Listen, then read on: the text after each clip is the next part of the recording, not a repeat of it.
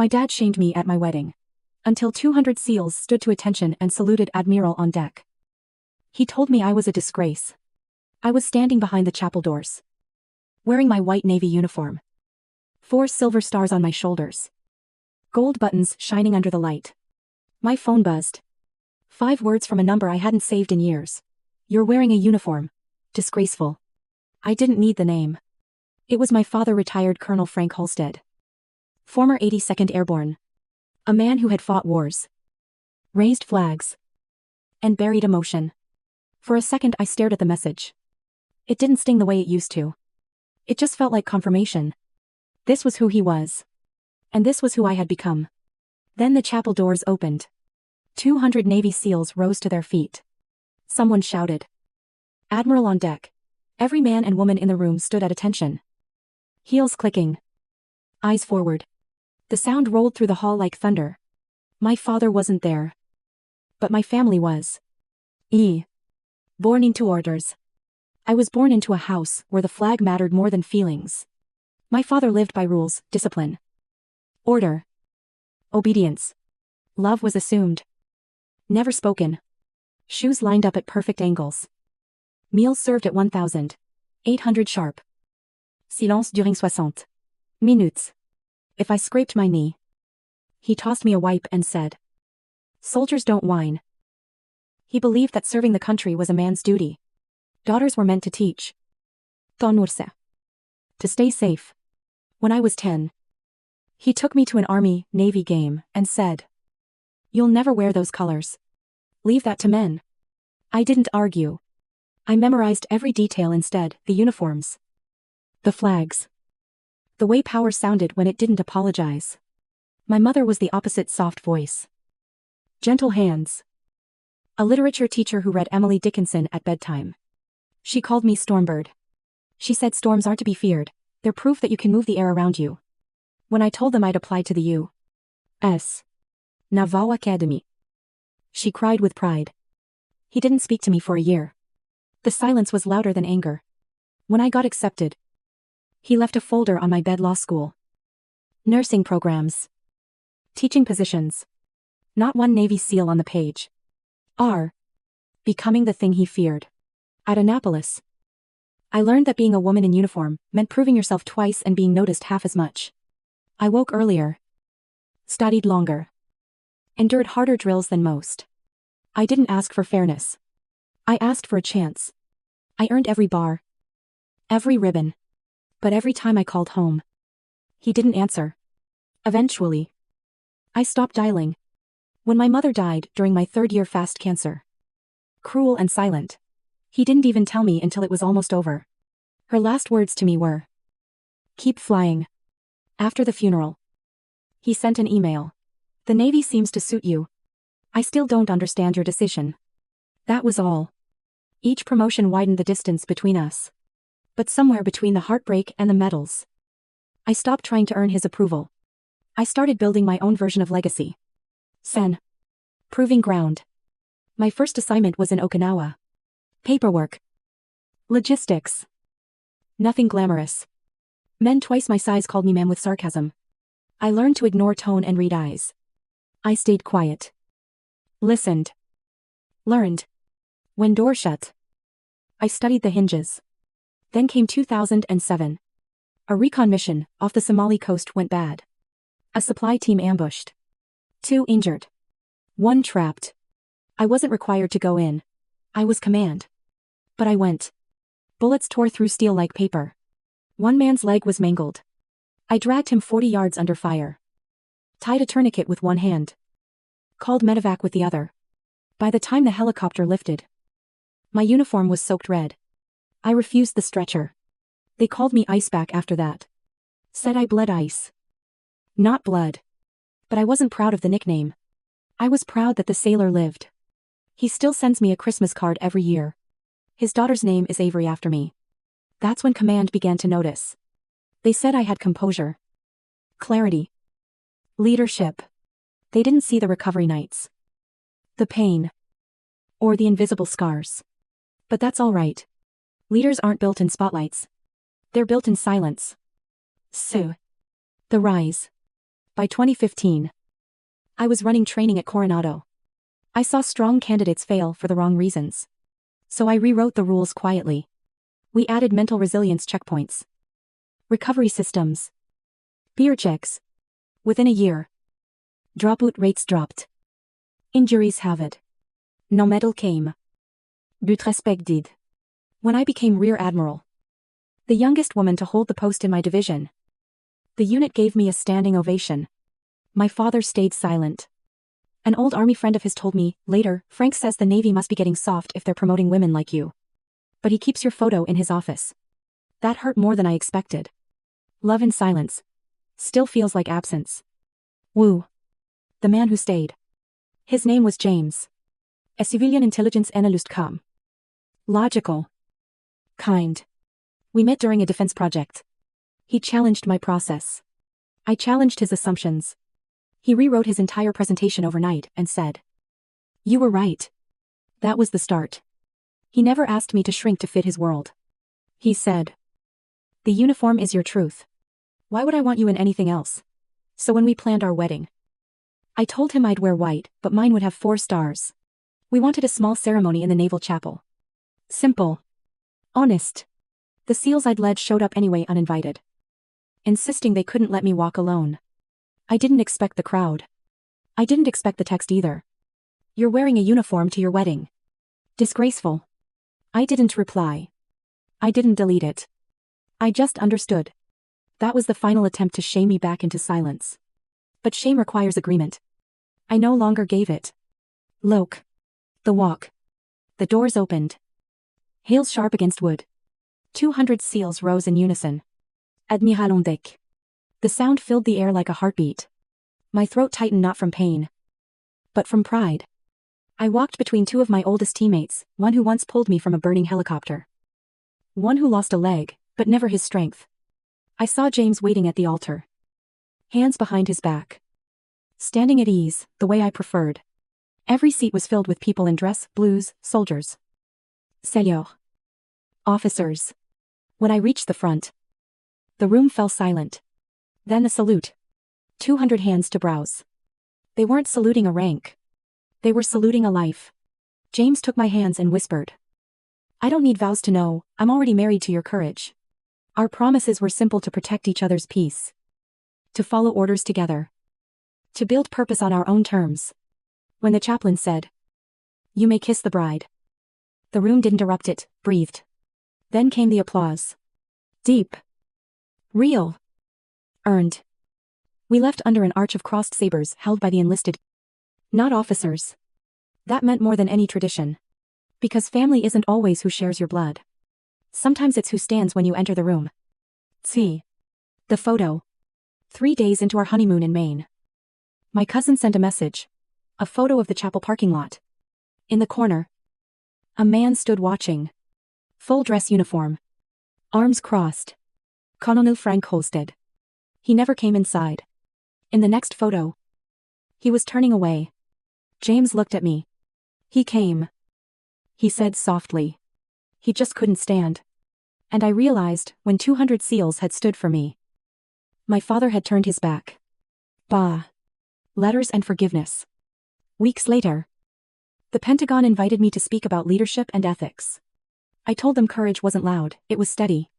That authority isn't about shouting, but about being calm when others panic. And that respect isn't inherited. It's earned. The next day, a letter arrived. No return address. But I knew the handwriting. I didn't enter the chapel because I didn't know how to sit among people who saw in you what I refused to. I didn't salute.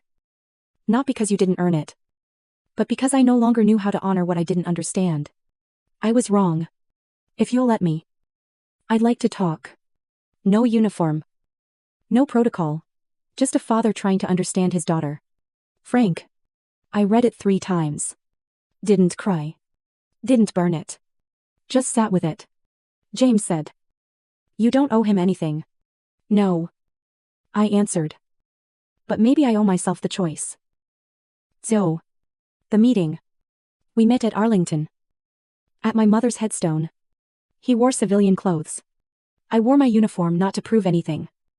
Just because it's who I am. He looked smaller than I remembered. You look like your mother when you stand like that, he said. We talked not about medals, but about regret, silence, and how fear can disguise itself as strength. Before we left, he straightened his jacket and saluted imperfectly. Honestly, I returned the salute. Not because he'd earned forgiveness, but because he'd chosen truth. That night, I told James.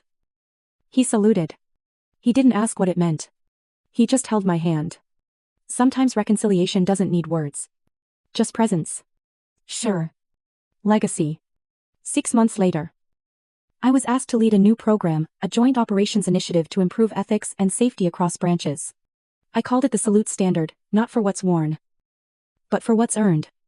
We trained soldiers to see each other, not just survive. We measured success in lives kept whole, not just missions completed. Some old voices called it soft. I called it progress. The ones who mattered called it human. My father began writing again short letters. Careful words. He told me about a kid on his street who saluted him every morning. He gets it wrong, he wrote. But he means it. He also told me he moved his medals down to a lower shelf, so that little boy could see them. He asked if I knew any admirals.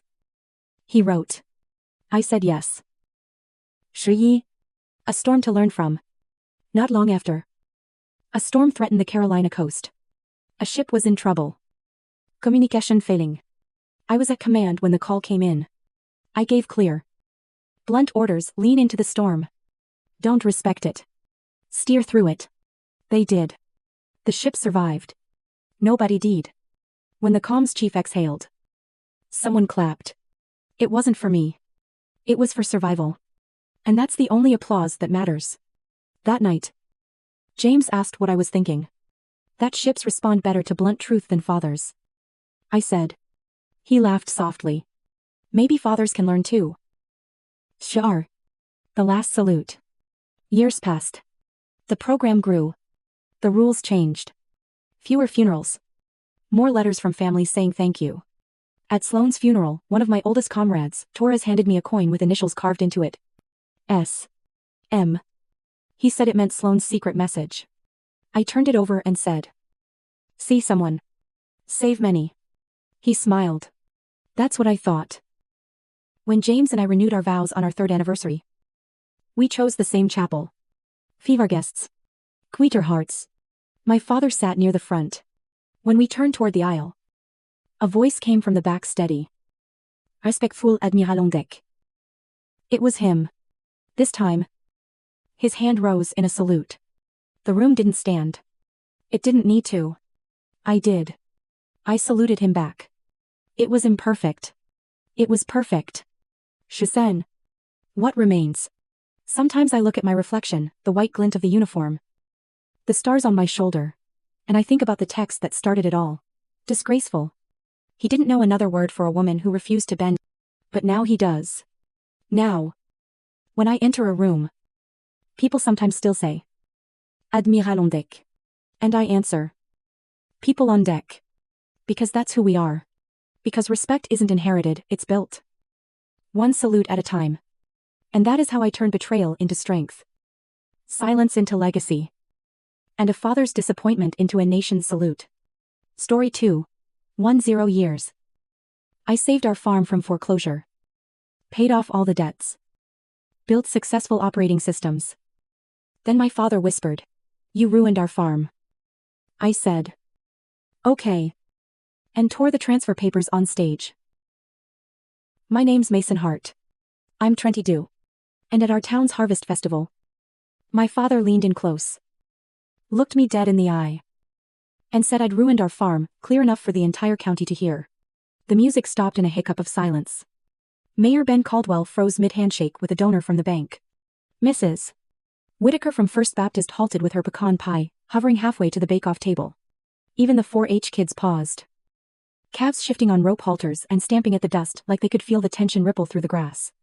Somewhere, behind me, a child let go of a balloon, and it drifted up. A ridiculous little dot of red escaping the tent ropes, while every grown-up pretended not to stare. I should have known the day would tilt like that. There'd been omens if I'd cared to read them the way the PA crackled when my name was announced. The way my dad's jaw set when the applause rolled over. The mustard smear drying on a paper plate, balanced on a hay bale behind him. Like even the condiments had lost their patience. For as long as I remember.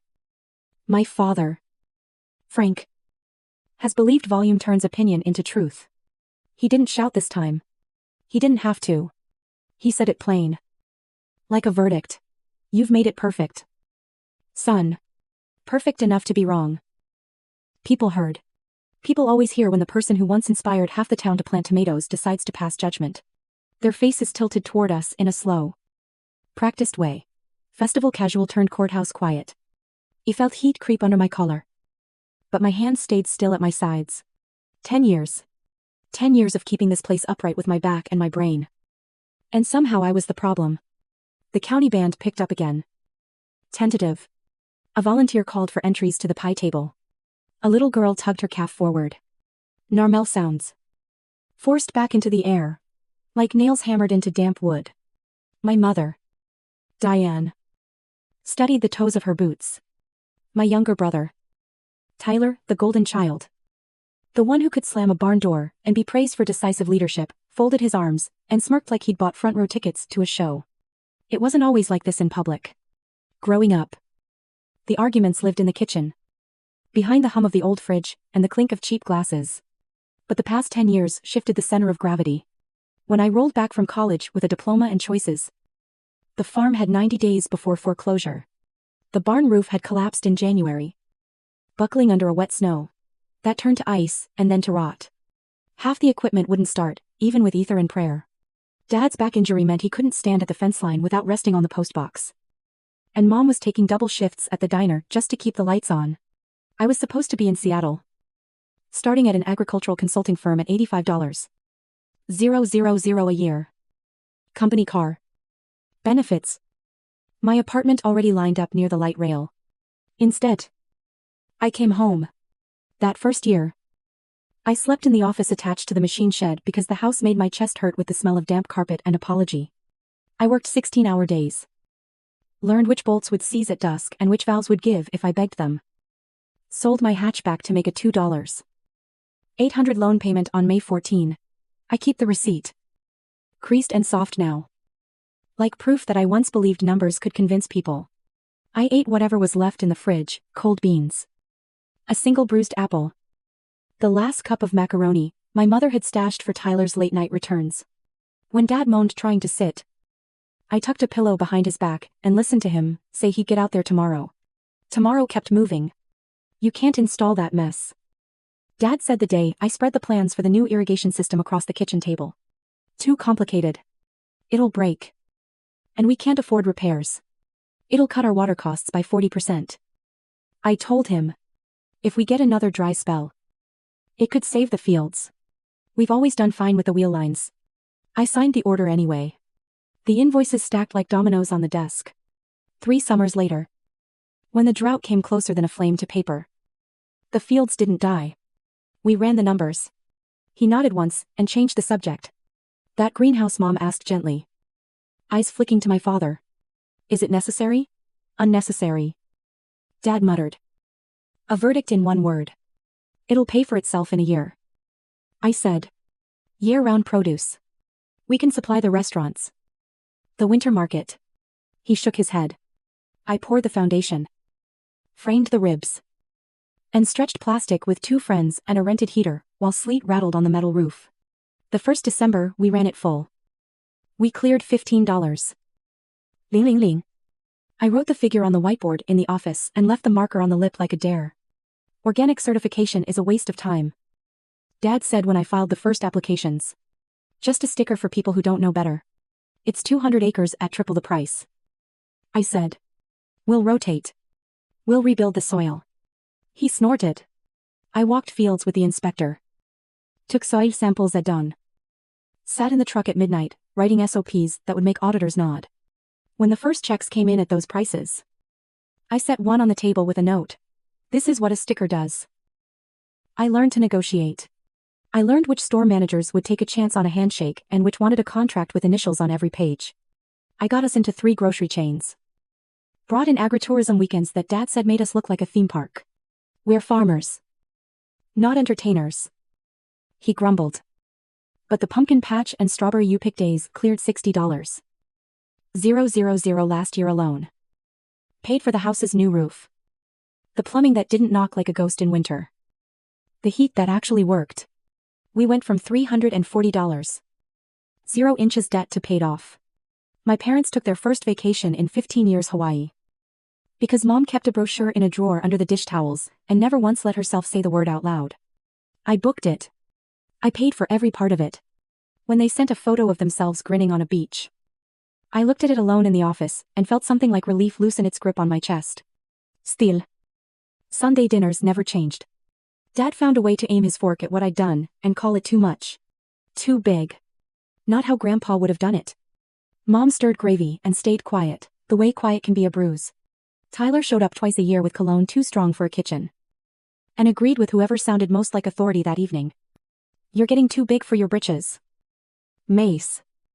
Dad would say. This place had a soul before you put it on a schedule. The golden child nodded. Eyes on his phone. Inheriting approval by proximity. There were 3 moments that should have taught me this festival scene was inevitable. First June 2 years back. 7:40 p.m. I asked Dad to sign a payroll adjustment so Maria and Jose, who were keeping us upright on weeks I was dead on my feet, could get the fair rate we had promised. We can't afford it. He said. Not after the tractor repair. I opened the ledger. Slid the pencil down the column. We can. I said. Pointing at the margin plus $1. 320 projected surplus for the month, even after the repairs. He slapped the pencil away. I'm not running a charity. Mason. Neither am I. I said. I'm running a business that pays people what they earn. I signed the adjustment. He didn't speak to me for 4 days. 2nd September, 12 last year. 10:15 a.m. County extension agent in a ball cap stood in our dying apple orchard. Fire blight. He said. Touching a limb. Like it might bite. 18 trees gone past saving. I printed the recommendation to remove and burn. Dad glared at the paper. At me. At the agent. Your grandfather planted these. He said. They're history. They're a hazard. The agent answered. I ordered the chainsaws serviced. Tyler took a photo of the stumps later and posted something vague about before it all changed. Earning hearts and comments I had to swallow like nails. 3rd, February 20 this year. 5:52 p.m. The building inspector patted the beam in the old equipment shed and stepped back as a sprinkle of rot crumbled like stale bread. You keep this up. He said. Someone's going to the ER. I scheduled demolition. Dad watched from the porch. Arms folded. You tear it down. He said. You tear down your grandfather. No. I said. I'm trying to make sure nobody gets crushed under him. Tu la sahil. Like I'd made a fuss. The next morning, he dropped by the cafe and told half the town I was erasing the past. Against that stew of memory and public rumor. I still came to the Harvest Festival with hope heavy in my jacket pocket. I had the ownership papers folded twice. The black ink crisp against the white. My signature line blank. The plan was simple. After I was called up for the Farm of the Year ribbon, some committee's way of turning money into a rectangle of satin, I would hand the papers to my parents and tell them I wanted to sign the farm back over. The debt was gone. The systems ran. The managers could carry it day to day. I could finally. Maybe. Lift my face toward the life I'd put on hold at 22.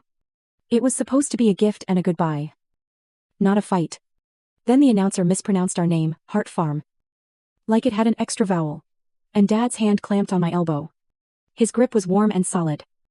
Familiar as rope and splinter. And then he said it. You've ruined it with your perfectionism. He added. Almost gently. Nobody recognizes Hart Farm anymore. I looked out at the crowd. At people wearing our logo on their t-shirts, the one a high school kid designed for extra credit. The one that made the old brand feel clean and proud again. Families lined up to buy our produce. Restaurant owners had come to shake my hand and say thank you for deliveries that showed up on time. Washed and labeled. I searched for Mom's face and found only the brim of her hat. Tyler's smirk widened. The silence stretched like a fence wire I'd tightened too far. That's unfair. I said. Keeping my voice level. When I came back, The bank had started the foreclosure paperwork. We were 90 days out. We would have figured it out. Dad snapped. But you had to swoop in with your fancy degree and change everything. You ripped out the old orchard for your precious greenhouse. You tore down the shed your grandfather built. The orchard had 18 trees with fire blight.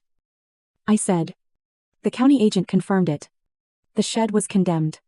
The inspector used the word hazard. He set his jaw. You always have an answer. Always so smart. But farming is about tradition. Not perfection. I heard my name over the PA again. Wavery. And misplaced. Like the announcer, was trying to move the afternoon along. My hands found my jacket pocket. Pepa ills mit mi fingers. In that breath between what he said and what I knew I was going to do. A thing inside me unhooked. Not anger. Not yet. Just a clarity that tasted like cold water. I had spent a decade pulling this place out of the ditch. Brick by brick. Plan by plan. While the people I loved most treated every improvement like a personal insult. I had come here today, planning to give them everything back. Tied with a bow. Only I would see. Somehow. Giving it back suddenly felt less like generosity and more like surrender. I should have known it would end at a table like this. In front of people who would carry the story home in their shirt pockets with the raffle tickets and the scent of kettle corn. I should have known that no amount of yield charts or water use graphs or bank statements stamped paid would move a man who believed tradition was a living thing that could be injured by change. I should have known, but I had still carried the papers. I slid them out. Crisp against the late afternoon light. And felt the whole crowd lean closer, as if the tent itself had taken a breath. I drove home from Seattle with the job offer still unread in my inbox. The email header glowing on my phone like a small, kind sun. I kept flipping face down. The highway unwound across wheat stubble and dry hills. Past towns, where the main street had more empty windows than lit ones. The closer I got, the more the radio dissolved into static. Until all I could hear was the engine and my own math. 90 days until foreclosure. Interest compounding. Acreage idle. Forecast dry. I pulled into our lane at dusk. The mailbox flag hung bent like a broken finger. The porch bulb had burned out and nobody had replaced it. Inside. The house smelled like damp and lemon cleaner. Mom's good mug, the one with the faded strawberries, sat on the counter with a crack climbing the handle like a lightning fork. She had left a note under the salt. At the diner till 10. There's stew in the fridge. Love you. Mom. Dad snored in his chair. A blanket across his knees. The TV murmuring a farm show rerun that promised yield miracles at 2 a.m. Volume. I clicked it off and the room felt too big. For as long as I remember. Silence is louder on a farm than any tractor. I slept that night in the office, by the machine shed. On the rattle-tin sofa that had eaten pocket change for 2 generations. At 4:45 a.m. When the birds started winging up from the willows. I made coffee in the cracked percolator and opened a notebook. At the top of the first page I wrote. Day 1. Then 3 columns, immediate. 30 days. 90. Under immediate. I wrote, call bank, triage equipment, walk fields, inventory debts, check water rights, call county extension. Under 30 days. I wrote exterior roof bid, irrigation design, greenhouse cost model. Under 90. I left it blank. Because the bank had already chosen that number for me. By 7:10 a.m. I was at First County Bank. Sitting across from a man named Grant who wore a tie with little tractors on it as if the novelty could soften the words he had to say. Mason. We've been more than patient. He began. Your father's history with us is I know his history. I said. I need the exact numbers. He slid a folder across. Total arrears $42. Low buy. Accrued interest $3. 480. Penalties. If we proceed $6. 000. And the note on equipment $18. 300 past due. Options. Short of a sale. He cleared his throat. A detailed plan. Proof of revenue. Collateral. I have a degree and a job offer for $85. 000. He lifted an eyebrow. That's not collateral. It means I know what I'm giving up if you say no. I said. Give me 60 days. 90. He said out of habit. Then shook his head. 60. I signed my name with a pen that had the bank's logo on it and felt the kind of stupid courage that comes from making a promise to time. The first Monday. The tractor died halfway through mowing the west pasture and coughed blue smoke like a distress flare. I wrote the part numbers on my arm with a Sharpie and drove to a guy in Mill Junction who had a boneyard of machines older than me. Cash, he asked. Net 30.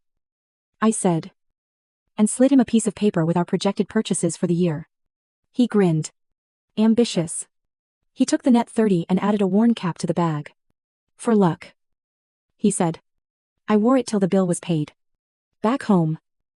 Dad limped out, pushing the screen door with the back of his hand. You can't run this place on a notebook. He said. We haven't been running it at all. I said.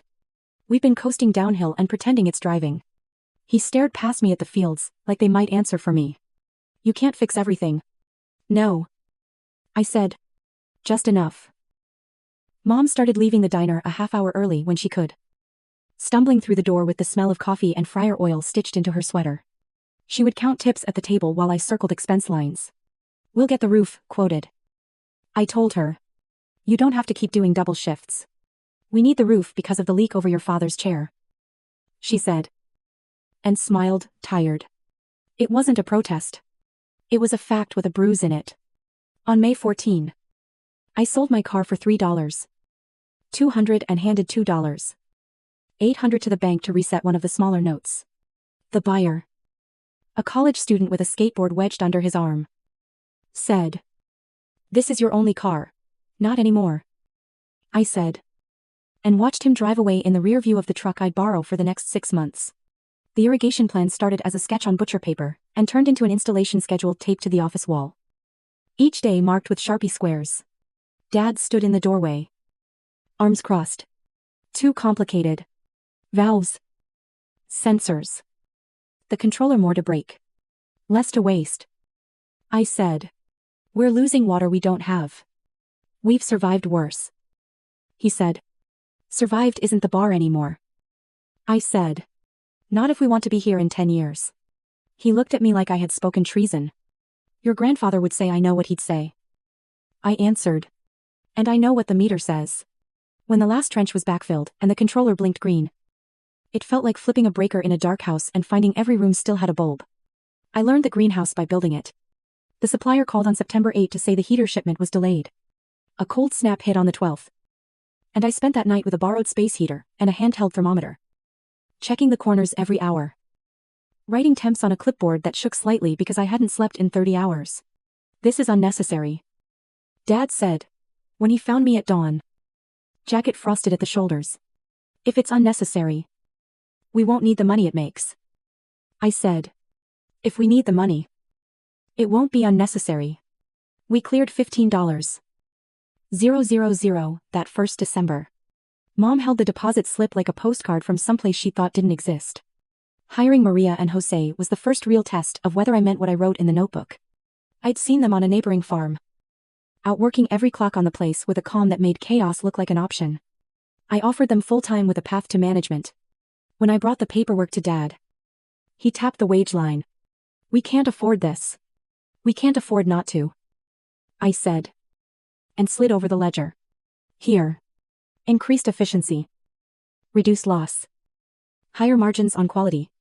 After the adjustment, plus $1. 320 projected monthly surplus. He pushed the ledger away. Jaw tight. I'm not running a charity. Neither am I. I said. I'm building a farm where people don't leave angry. He didn't talk to me from June 3 to June 7. On the 8th. He asked Maria where the extra wrench was and called her ma'am. That was his apology. The orchard broke his heart. 18 trees blackened like burned rope. Branches curling into those shepherd's crooks. You don't come back from. The county agent said the words remove and burn with no drama. Like he was telling us how to change a tire. Dad stood with his hands in his jacket. Rough thumbs worrying. The fabric at the seam. Your grandfather planted these. He said. Grandpa also tore out the corn the year it failed. I said. He didn't stand in the field and hope it turned into wheat. Tyler wandered up in a clean flannel. Took a few pictures. And said. Maybe we don't have to do all of them. I pointed at the brown ooze on a cut limb. That's not how infection works. He nodded like I'd confirmed something rude. Later he posted the stump photos with a caption about change.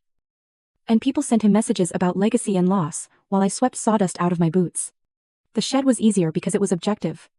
The building inspector climbed the ladder, knocked on a beam, and a puff of rot dusted his sleeve.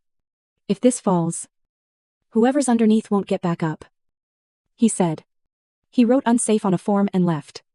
Dad watched me schedule the demolition and said, "You tear it down. You tear down your grandfather. I'm tearing down a hazard." I said, "Grandpa's still in the soil." Tyler told people at the cafe that I was erasing history. It turned out history could be anything someone loved, as long as you didn't ask it to hold weight. Between those skirmishes, the work kept moving. I took soil samples in a grid at dawn, rotating through 20 fields until I could tell the difference in texture blindfolded. I wrote standard operating procedures at midnight by the glow of a desk lamp that heated my forearm more than the room. I learned which buyers would demand a discount just to see if you'd flinch, and which would pay a premium for a perfectly packed pallet and a delivery on the dot. When the first organic certification came through for 200 acres, the inspector shook my hand and said, "You've got systems. That's rare." I stood by the truck and let the word systems settle in my chest like a stone you keep because it feels like it belongs in your pocket. Sunday, dinners carried the same choreography. Mom plated roast chicken. Dad speared reasons he didn't like the way I had seasonally clocked the crew.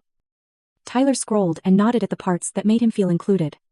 "You're getting too big for your britches," Dad said one night, gesturing with a fork as if that made it safer. "This place had a soul before you put it on a schedule. This place was drowning." I said, "I gave it a boat. A boat with rules." He answered, as if rules were the insult. "Rules keep people from getting hurt." I said, "They also keep people from living He said. And Tyler said, "Exactly." Like an echo with gel in its hair. 2 weeks later, the bank called. Grant's voice had the cautious cheer bankers use when they think they're delivering good news. "Your last payment cleared. Debt is settled. Equipment note too. All of it." He said, "Congratulations, Mason." I stood in the office and stared at the stapled stack of paid receipts. The old percolator hissed. The cap from the Mill Junction boneyard hung on the chair back like it was listening. I didn't tell my parents right away. I wanted to show them with something bigger than a phone call. I thought the Harvest Festival. Let it be public. And not the kind of public we'd learn to survive. The weeks before the festival, people stopped me in the hardware store, in the feed aisle, outside church. "The new produce display at Mitchell's Market looks great, Mrs. Whitaker said. I can tell your carrots from anyone's." The mayor's assistant emailed about the Farm of the Year recognition. Someone asked if we could bring a calf for the kids to pet. No petting stock during peak harvest. I wrote back, and then added, "We'll bring pumpkins." On the morning of the festival, I ironed a clean shirt in the office because that was where the outlet worked. The jacket with the papers hung on the back of the chair. I signed my own name in the air once. Twice. Rehearsing steadiness. I told myself today is a hinge. It swings us into a room with more light. Before I left, I walked the fields. Maria waved from the squash rows. Jose called a joke about the mayor eating more free samples than anyone. I checked the irrigation controller one last time. Green lights all across. On a fence post near the lane, a faded ribbon from a fair 10 years ago fluttered. Half torn, but still holding. I took it off, folded it into my pocket, next to the papers, and headed toward town with a certainty I had earned hour by hour. What I didn't count on was how certainty can make you deaf to warning. At the edge of the festival grounds, I saw Tyler laugh with a group of guys I recognized from the cafe, his hands creating little half-moons in the air as he spoke. They glanced at me, then away. Dad stood by the pie tent with his shoulders squared. The posture he used when he had decided something, and would announce it like weather. Mom traced circles on a napkin with her thumb. The PA crackled. The band tuned. The mayor found his place on the program. I felt for the papers in my inside pocket and touched the folded ribbon instead. Today, I told myself, stepping under the white canvas of the big tent. We turn the page. Someone behind me said, not unkindly. Or we find out who's been writing in the margins. The first contract I ever signed that scared me was with Northfield Grocers. Their buyer, a woman named Erin with ink stains on her fingers and a memory for prices down to the penny. Flipped through my sample packets under the fluorescent hum of a back office that smelled like cardboard. We'll start with greens. Root vegetables. And herbs. She said. Quality's there. But delivery windows are tight. And if you miss two, the system drops you. She pushed the sheet across the table. Volume tiers. Penalties. The kind of language that makes you do the math twice. I drove home with the draft on the passenger seat and the old radio talking about a thunderstorm that never arrived. At the kitchen table, I laid out the pages next to the ledger. Mom refilled my coffee and said nothing. Dad read the first clause and snorted. Chains. Squeeze you till you squeak. We're not one of their California suppliers with a fleet. We have reliability. I said. And systems. If we hit our marks for one season, we'll replace the worst paying wholesale and be stable year-round. He tapped the penalties with a blunt finger. Miss 2 windows and get dropped. That's how they do it. String you along to fail. And say it's policy. Or they keep us because we don't miss. I said. 3 mornings a week. 6 a.m. Doc. We can do it. He leaned back. Chair creaking. We could always sell at the farmer's market like your grandfather. Farmer's market moves volume on sunny Saturdays. The chain moves it on rainy Tuesdays too. Aaron's contract forced the farm to become a clock. I bought a used refrigerated box truck for $19. $400 too much. Too necessary, and spent 2 Saturdays in the gravel lot teaching Jose to back it into spaces that looked a size too small. We reorganized harvest into A. M. P. M. blocks. Wrote out pack lists on laminated checkboards. Built a cold chain that didn't break because someone forgot a latch. The first month, we hit every window. When Aaron called to expand the order to include tomatoes from the greenhouse, I stood in the field with my phone, dirt in my palm crease, and said the most satisfying word in farming. Yes.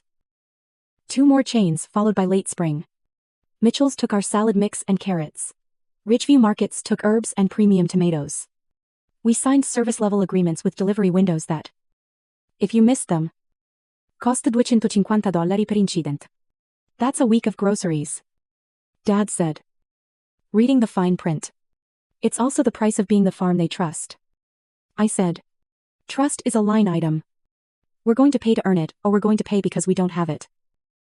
By midsummer, the office whiteboard looked like air traffic control. Maria color-coded tasks because she said my all-caps handwriting made her eyes tired. Bins rolled from wash to pack to truck without stopping for gossip. We learned to bag greens in 75-second sets.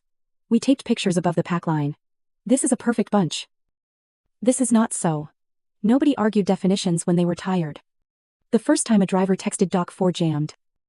Use 5. And Jose rerouted without a sigh. I felt my shoulders lower an inch. The money didn't arrive like a waterfall. It arrived like a line of rain, finally making it across a dry field. Payroll hit on Fridays. Fuel on Mondays. Insurance on the 1st. But the balance started to tilt. After the 3rd on-time quarter, when I wired $28,000 to wipe out the last of the equipment note. I sent Grant at the bank, a photo of the paid stamp lined up like a parade on our desk. He texted back. Never thought I'd see that desk look like a Ledger commercial. If it sounds like everything was humming, I should tell you about Sundays. Dad's voice had an undertow. That week's friction worked its way to the table and pretended to be about salt. You're spreading us too thin. He'd say. Spearing a potato. We used to fix things when they broke. Not invent things to break. I build so we don't break. I'd say. You build so you can say you built it. He'd answer. Tyler would nod and add. Exactly. As if he'd kept score and I had lost. Mom would pass the rolls like a referee who knows the players won't hear the whistle. 3 moments stand out from those middle years. Each one, a small fracture that looked harmless until you saw the crack had run through the whole beam. First was the community board meeting about signage. We put up a tasteful wooden sign at the lane, our name burned into cedar. A clean arrow toward the farm stand. The board didn't like that I'd added a second sign before harvest season for the pumpkin patch. Commercialization. The chair said. We're not a theme park. It's one weekend. I said. We charge $5 to park, and that covers portable toilets and traffic cones. A man I'd sold hay to for 15 years said. Your grandfather didn't need signs. My grandfather had every neighbor knocking because we were the only farm for miles. I said. Now I compete with a corn maze and a brewery that serves cider slushies. If people can't find us, they can't buy from us. Dad spoke from the back like it was a revelation. He's making us into something we're not. I looked at him. Then at the board. I'm making a solvent. They voted to allow seasonal signage with size restrictions. Outside. Dad wouldn't meet my eyes. You always have a way to make it sound like you're saving everyone. He said. I'm trying to save this place. I said. And the wind moved the cedars like a slow shake of the head. Second was the CSA launch weekly boxes prepaid for the season. I ran the numbers conservative and printed 200 slots at $660 each. Which would fund early labor and seed when the bank account looked like a winter field. We sold out in 9 days. At orientation, I told our new members to bring back their boxes and to text if they found a bad radish. We'd make it right. You don't have to guarantee a radish. Dad said when I got home. People take what they get. They trust us. I said. That's the product. He shook his head. The product is the vegetables. The product is the feeling they get when they open the box and know we're on it. I said. He muttered. That's not farming. And Tyler posted a photo of a CSA box with a caption about how things used to be simpler. The photo got 300 hearts. The next morning, a member emailed. Worried the farm was changing too fast. I found myself replying at 530 a.m. with a paragraph about soil, organic matter, and community that read like a confession. Third was the night before the first farm-to-table dinner in the barn. We'd scrubbed the floorboards, strung warm lights, rented long tables, and set white plates on butcher paper runners. The chef from town brought chive oil in a squeeze bottle and a crate of incense cedar to tuck into bouquets. The tickets $120 a seat had felt arrogant when I built the event page. And then they sold out in 4 hours. People are paying for this. Dad said, circling the room like a skeptic at a magic show. They're paying for a story that happens to be true. I said. He pointed at the place where Grandpa's pegboard had hung. Where do you hang the socket set at the end of the night? That pegboard had meaning. I swallowed. I saved the pegboard. I said. It's in the shop. I cleaned it. It was soft with grease. It'll fall apart if we pretend it's still a wall. He looked at me like I'd pulled a trick. You always have an answer. I have reasons. I said. Same thing. He said. It isn't. I wanted to tell him. Answers stop a conversation. Reasons invite one. But I had learned he wasn't asking. By the time the farm had a staff meeting every other Monday and a maintenance calendar pinned to the shop door. Tyler had become an expert in legacy without ever breaking a sweat. He'd show up in a clean shirt and tell the crew stories about Grandpa teaching him to drive the old tractor. The crew would smile because nostalgia is polite. And then look at me for the plan. He started spending more time in town. Sipping coffee in the cafe where opinions go to find oxygen. Telling anyone who'd listen that I was turning the farm into a brand. It's about heritage. He'd say. And the word would float. Full of meaning and empty of tasks. One afternoon. After I'd spent 3 hours fixing a small but catastrophic leak under the wash table that had turned the floor into a skating rink. I walked into the kitchen to find Dad and Tyler at the table with a man I didn't know. This is Walt. Dad said. He's a builder. He thinks the old shed can be braced. I looked at Walt. The inspector wrote. Unsafe. I scheduled demolition. Weltschroge. I can brace most things. How much I asked. Cheaper than a new building. He said. Which wasn't an answer. I set the inspector's report on the table. If someone gets hurt because we braced rot. We're done. Dad's mouth pinched. You like tearing down what you didn't build? I like not burying someone. I said. Tyler stared at his phone. Then said. People will think you don't value the past. As if the past were a neighbor I'd refuse to tip my hat to. I tried. Once. To bring in a third party. A neighboring farmer. Pete. Who'd modernized early and still kept his neighbor's respect. Came by for coffee. Frank. He said. Your boy's got a head for this. Your place is the tightest ship in the county. Dad poured coffee. Set the pot down harder than he meant to. My boy thinks metal and plastic can replace what a name stands for. Pete looked at me over his mug. A name stands for how you treat people and whether your bill's clear. He said. Everything else is paint. Dad smiled without his eyes. Paint peels. Then you paint again. Pete said. Or you let the rain in. We were solvent by late summer. Which is not the same as being safe. I started thinking about the transfer papers, the way you think about a gate you've been meaning to fix every time you pass. You add another reason to do it right now, and another reason to wait until tomorrow. The manager team could run the day-to-day. The contracts had stabilized. The debts were gone. The plan was forming in my head long before I printed the forms, sign it back. Thank them for the years. Step toward a life that wasn't built on me catching falling things. Tyler heard enough to piece together an idea. So you're quitting, he said one evening. Trying for nonchalance and landing on eager. I'm not quitting. I said. I'm setting it up so it doesn't depend on me. That sounds like quitting. It sounds like a succession plan. I said. He laughed once. Succession means Dad stays in charge. Succession means the farm survives. I said. Who's in charge depends on who shows up. He leaned back. People prefer the original recipe. He said. Like this was fried chicken. 2 days before the harvest festival. The local paper called to ask for a photo. We're running a piece on Farm of the Year. The reporter said.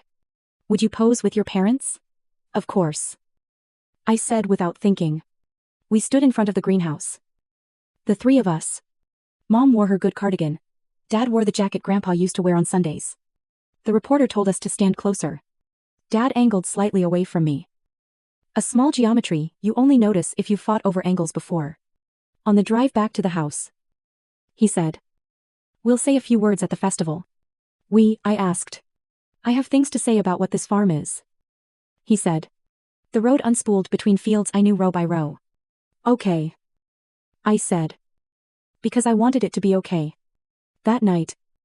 I took the transfer papers out of the desk and slid them into the inside pocket of my jacket. Behind the cufflinks, I never wore. I stood a long time in the doorway of the office. Listening to the box fan and the night insects vibrate the window screen. The whiteboard still said Deliver Doc 360 amperes. Even though it was the one day of the year we didn't deliver. I wrote one more line at the bottom. Festival 2 p.m. Announcement. The marker squeaked. I capped it and told myself I'd sleep. I didn't. I lay on the office sofa with the papers under my jacket, like a secret I could feel through fabric. Around 3 a.m. A coyote barked in the ditch and the refrigerator kicked on, and I remembered every argument we'd had over the last 10 years. Stacked end to end like square bales. I tried to picture the moment on the stage, the mayor smiling. The ribbon. My parents' faces when I handed the papers over and said. It's yours. Debt-free. Ready for the next chapter. In my head. I gave a short speech about stewardship and gratitude. In my head. Dad squeezed my shoulder. At 6 a.m. I went out to the field and walked a row of kale. Dew glazed the leaves. When I reached the end. I turned. Because that's what you do. When the line runs out, you turn and start another.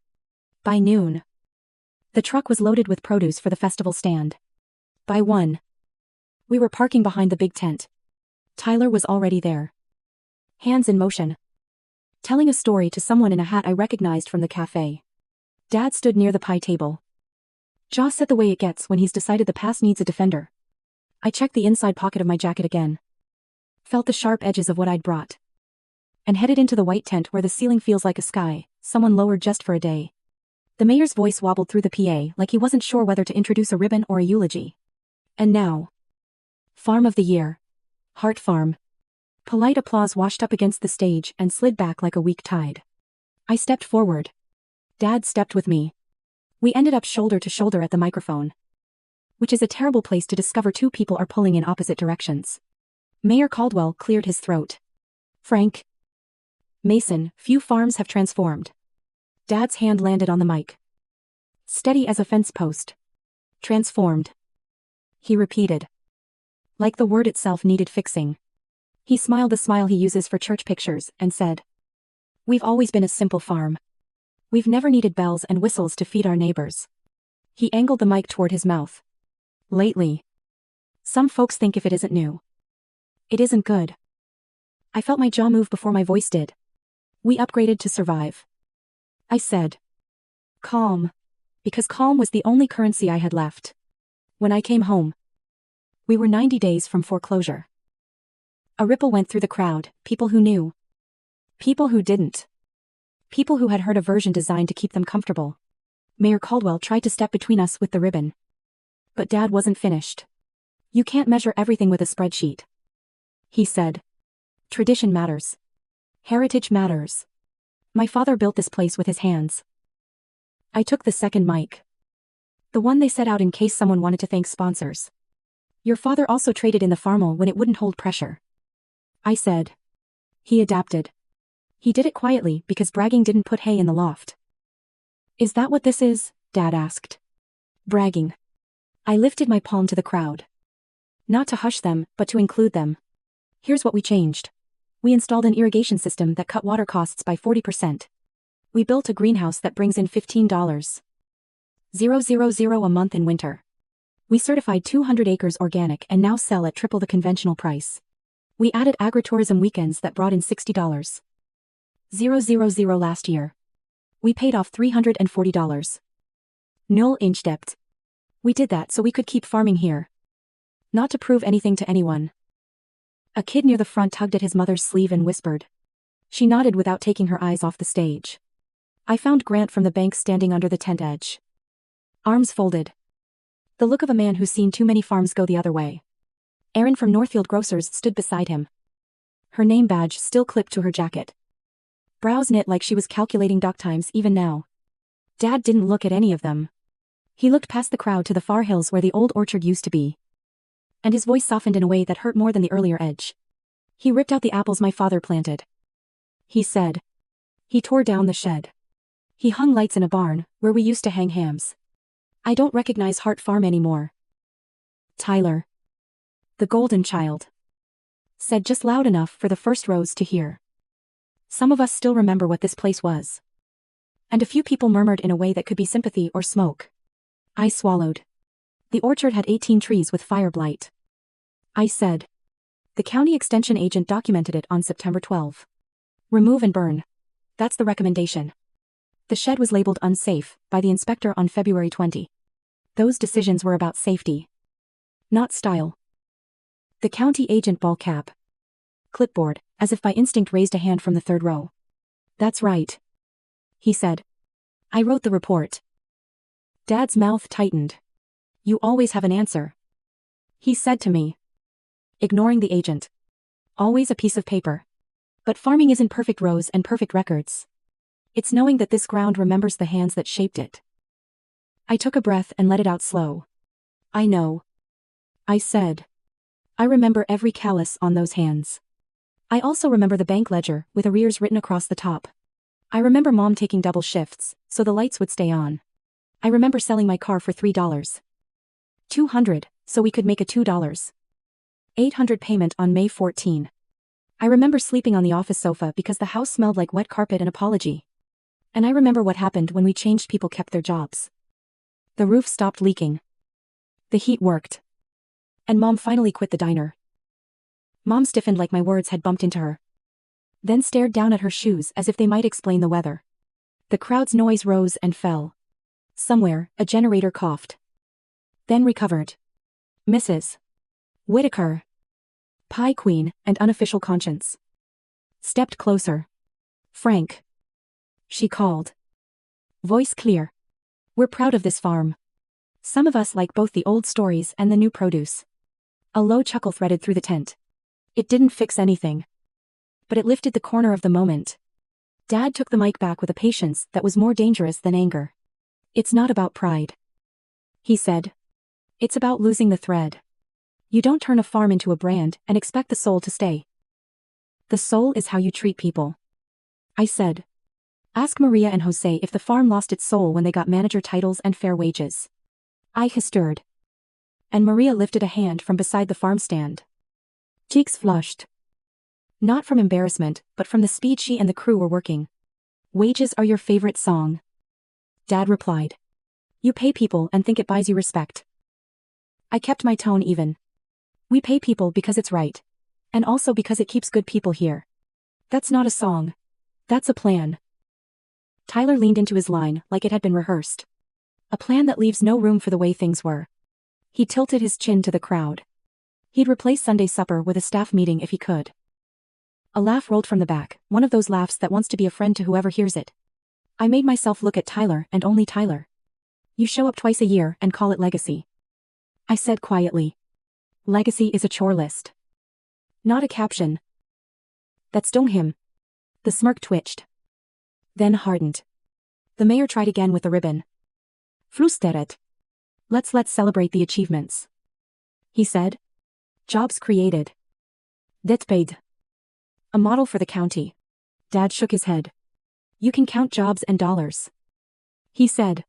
You can't count the feeling you get when you walk into a barn and know your father would know where to hang his hat.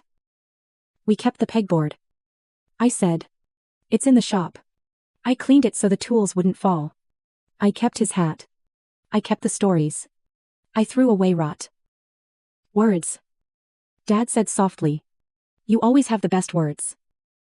Something in me tilted at that, at the suggestion that language was a trick. For years I'd avoided speaking this plainly in public because I was mindful of what pride does when it gets air. But I wasn't chasing applause now. I was trying to put the facts on the table without flinching. This farm is solvent. I said. We hit every delivery window with Northfield Grocers for 3 straight quarters. We deliver to Mitchell's and Ridgeview on time. We have a CSA that sold out 200 shares at $660 each. We provide produce to restaurants who rely on us. Those aren't decorations. That's the work. A voice from the crowd, young. Honest, piped up. I got my first job here. Said a kid in a crew t-shirt. They taught me how to harvest properly. It mattered. His face reddened. But he held his ground. I wished Dad would look at him. He didn't. He angled slightly toward the microphone as if adjusting where the sound hit the tent poles. We could have figured it out. He said to me. Returning to the line that had become a prayer. We didn't need saving. You needed time. I said. And I bought it. With my 20s. With a job I didn't take. With years of 16-hour days. I didn't raise my voice. I didn't have to. The quiet held the words up. I did it because I love this place and the people in it. I did it because I thought, and maybe this was naive, that if I made it undeniable, we'd stop fighting the same fight. The breeze lifted the edge of the tent and bumped a string of lights against the metal pole with a soft chime. Out beyond the fold-up chairs, I could see our farm stand line curling past the kettle corn like a river deciding its own banks. Erin checked her watch and gave me a small, rueful shrug, as if to say, Dock times aren't the only clocks. Dad's face did something complicated. Grief. Pride. Anger. All trying to control the steering wheel. Nobody recognizes the place anymore. He said finally. You made it perfect. Perfect is stiff. It breaks. We used to be flexible. We bent with storms. We bent until we were horizontal. I said. And a couple of old-timers snorted. Not unkindly. Perfect isn't what I built. Resilient is what I built. Systems are how you bend and don't snap. That's the whole point. We stood there. 2 versions of loyalty clicking against each other like gears that don't mesh. The mayor's smile had gone thin. Mrs. Whitaker set her pie down on the table, as carefully as if it were fragile glass. Maria wiped her hands on a towel and took a small step closer. Grant shifted his weight and looked like he wanted to be anywhere else. Which for a banker is saying something. Frank? The mayor tried again. Maybe Mason can. Dad lifted his palm. A stop sign of a gesture. He didn't look at the mayor. He looked at me. And I saw it then, the thing I had refused to name because naming it would make it permanent. He wasn't arguing policy. He was mourning. Mourning the outline of a world that fit him exactly and resented being resized. My anger softened a degree. Which is the most dangerous temperature change in any argument it makes. You think you can fix feelings with facts. I reached into my jacket. The papers felt heavier than a few ounces should. I had folded them twice to fit the inside pocket. The edge had a groove where it had pressed against the stitching, while I worked. While I slept. While I practiced the sentence I would say when I handed them over. I unfolded them now. Crisp in the light that filtered through canvas and dust motes. People leaned in without meaning to. You can feel a hinge about to swing, even if you don't know which way the door opens. I brought these today. I said. Holding the papers at chest height, so only the front rows could make out the notary stamp. They're the transfer documents.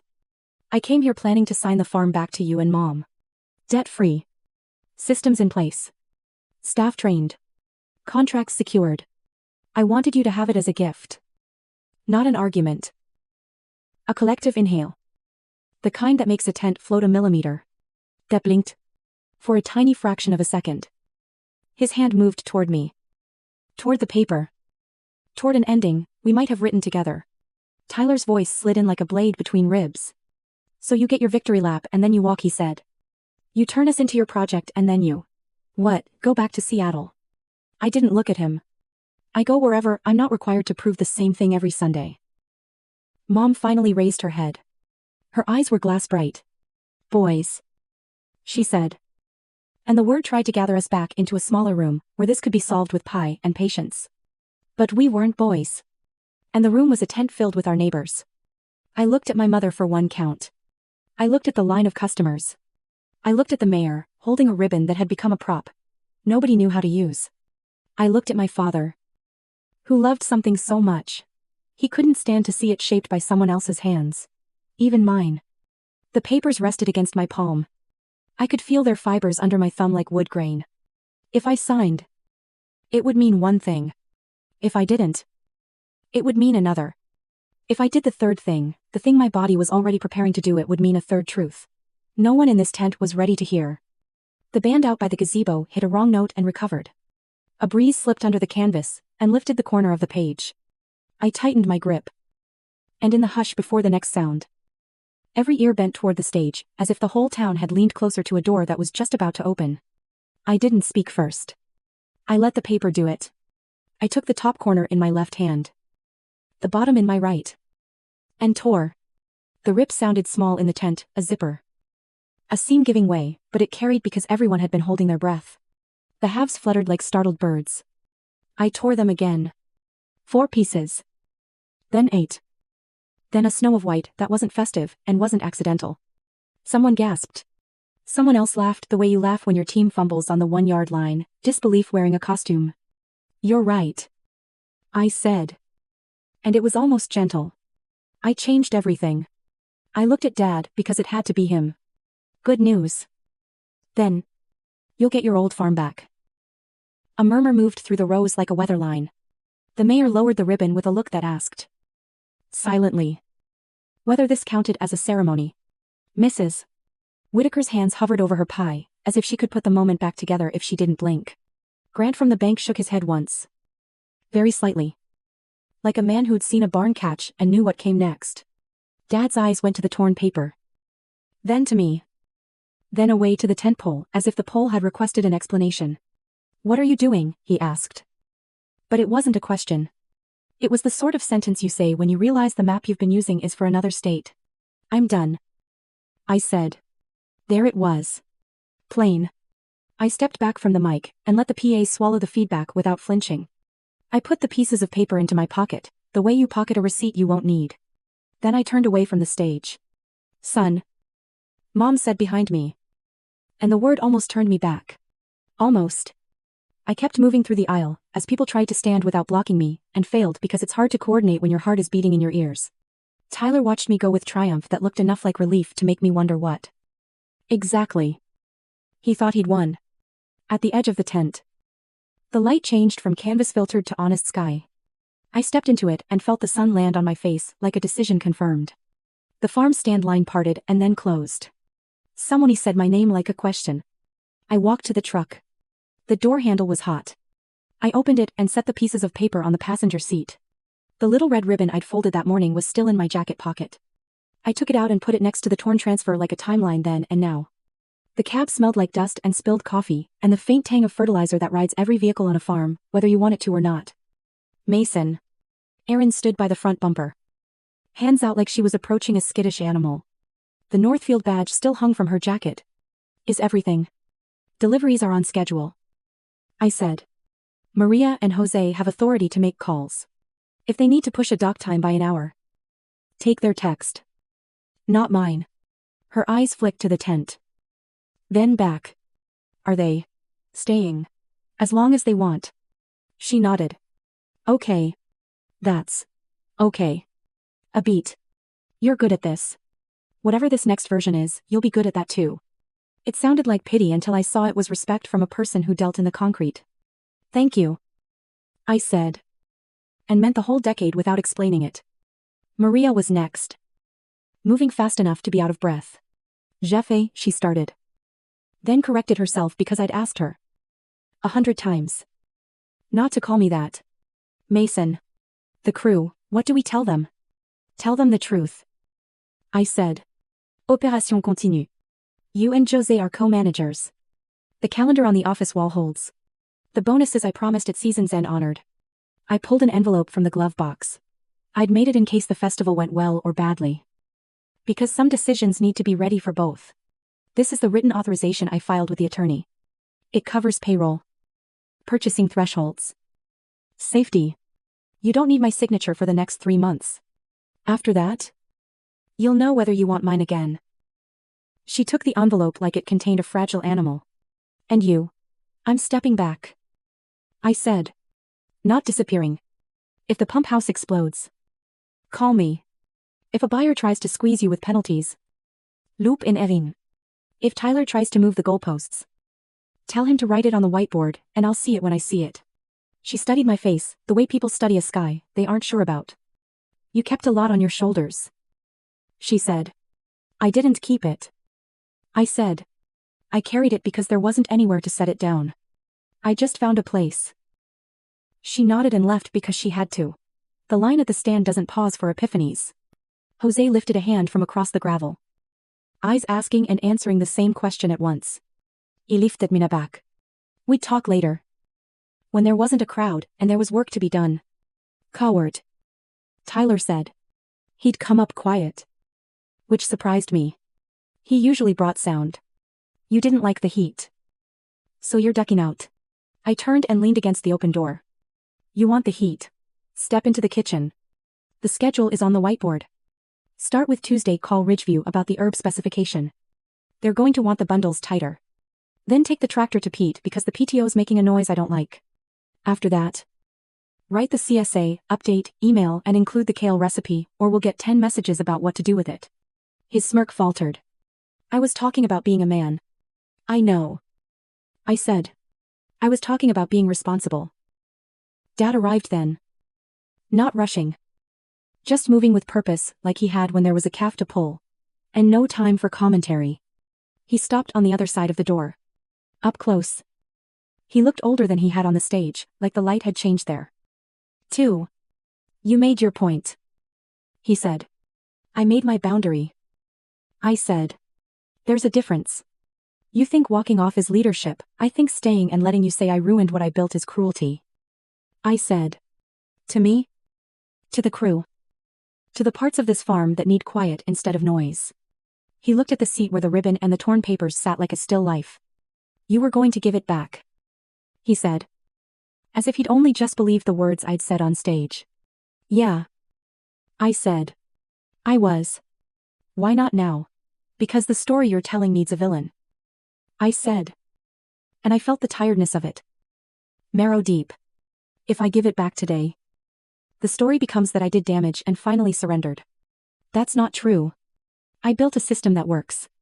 If you want it, you can have it. But you'll have to ask for it without calling it a mistake. He flinched. A small reflex he would deny later. You think I'll beg? I think you'll have to tell the truth. I said. To me. To yourself. To the people you've been preaching to at the cafe. The wind flipped the corner of the ribbon. In the tent. The mayor's voice rallied and began handing out awards to kids who had brought the fattest pumpkins. Life, which is rude in its persistence, went on. Mom reached us. Breathless. A hand on my forearm, like a tether she could tuck back into her pocket if I lurched. Please. She said. Don't leave angry. I'm not angry. I said. And it surprised me to hear that it was true. I wasn't calm. I wasn't happy. But the heat had bled away with the decision. I'm tired of proving something that the numbers have already proved. Her fingers tightened. Then eased. If I make supper tomorrow. She said. Will you come? Yes. I said. If we talk like 3 people who love the same place in different ways. Tuller scoffed. Make it 4. He said. I love it too. Then show up Tuesday, I said. And watched him decide whether to turn the joke into a commitment. He stared past me at the fields, because the right now of work is always harder than the someday of legacy. I climbed into the truck. The seat creaked. The key turned. The engine caught. Then settled. Dad put a hand on the doorframe and leaned in. Not to stop me, but to say a last thing before the new era began. You always have an answer, Mason, he said. Maybe that's the problem. Or maybe it's why we're still here, I said. I lifted his hand off the frame and set it back by his side. Not unkindly. Take care of Mom. Take care of the people who show up. The rest will sort itself. I eased the truck out of the row. Past the stacks of empty strawberry flats. Past the welcome Harvest Festival banner that sagged a little at one corner. Past the kids leading calves with ribbons braided into halters. At the exit, I pulled over. Put the truck in park. And took the torn papers and the red ribbon into my hands. I opened the glove box and placed the ribbon inside. Right on top of the vehicle registration. I rolled the window down and let the paper pieces catch the breeze back into the cab where they would flit and bother me until I cleaned them up. Reminders that some messes you keep until you make them neat on purpose. I drove. The road away from town runs along the irrigation canal for 2 miles. Then turns past a stand of cottonwoods that holds the memory of every hot July. My phone buzzed on the seat. I lit it. At the first pullout that looked over our west fields. I stopped. From there, you can see the greenhouse glint. The straight lines of beds like sheet music. The house roof I paid for shining a humble silver. A hawk rode the thermal above the far pasture. The ditch water shone like a blade. I thought about the first night in the office when I wrote day 1 at the top of the notebook page. I thought about the part numbers inked on my arm. The heater that arrived late. The way Maria says good like she's calling the day in from a field. I thought about Grandpa's pegboard and the way Dad's hands used to lift a sack like it was a friend. Not a load. I let the whole decade pour through me and didn't try to catch it. My phone stopped buzzing. Then it buzzed again. A text from Jose: we got it. We're set. Come by later. Then another from Aaron: doc schedule holds. Proud to partner with you. One from an unknown number. This is Walt. Inspector says demo was right. Sorry if I made it messy.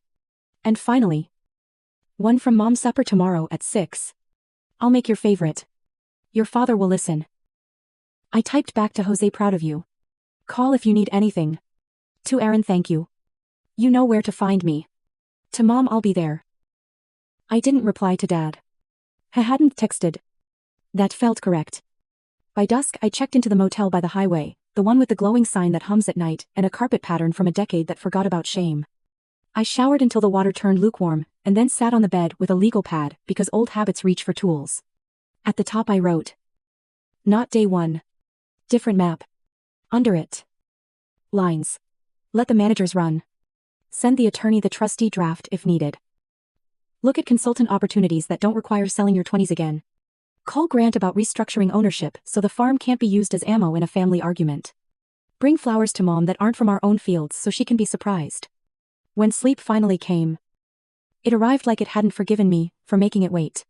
In the morning, I drove back to the farm early enough to be invisible. I parked by the willow and watched the crew clock in. Maria clipped the day's schedule to the board. Jose set cones by the loading area. Tula didn't show. And I made myself not put meaning where there might only be habit. Dad stood on the porch a long time. Then went inside. The greenhouse fans kicked on. The irrigation controller blinked its green. Indifferent blink. I turned the truck around. At the lane, I stopped by the cedar sign we'd burned our name into. A spider had run a thread from the top of the heart to the bottom of farm.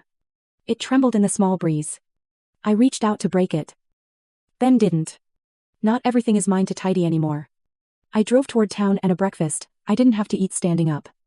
That night at 6. I knocked on my parents' door instead of walking in. Mom opened it with flour on her cheek and hugged me too hard. Dad sat at the table. He didn't stand. He gestured toward the chair across from him, like a man hosting a meeting he wasn't sure he wanted. We ate in quiet, that was not quite peace and not quite truce. Halfway through, he cleared his throat. You've done good work, he said. Each word measured like seed, from an old hand spreader. I don't like all of it. I might never. But it's good work. I didn't do it alone, I said. He nodded once. I know.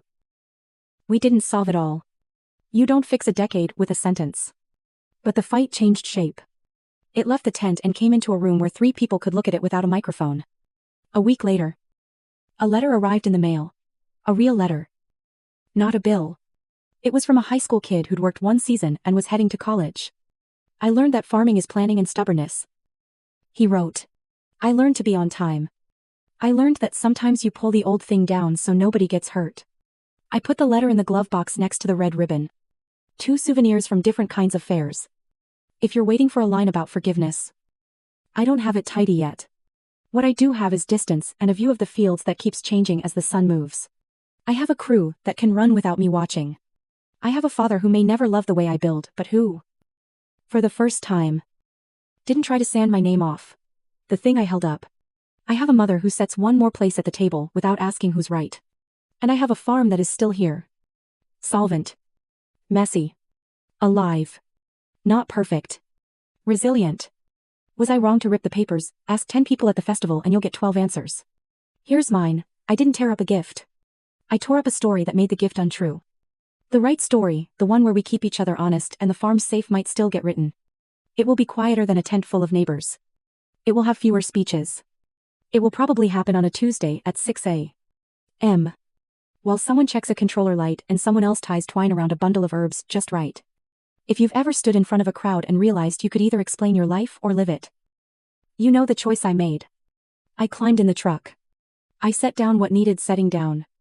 I drove toward whatever comes next.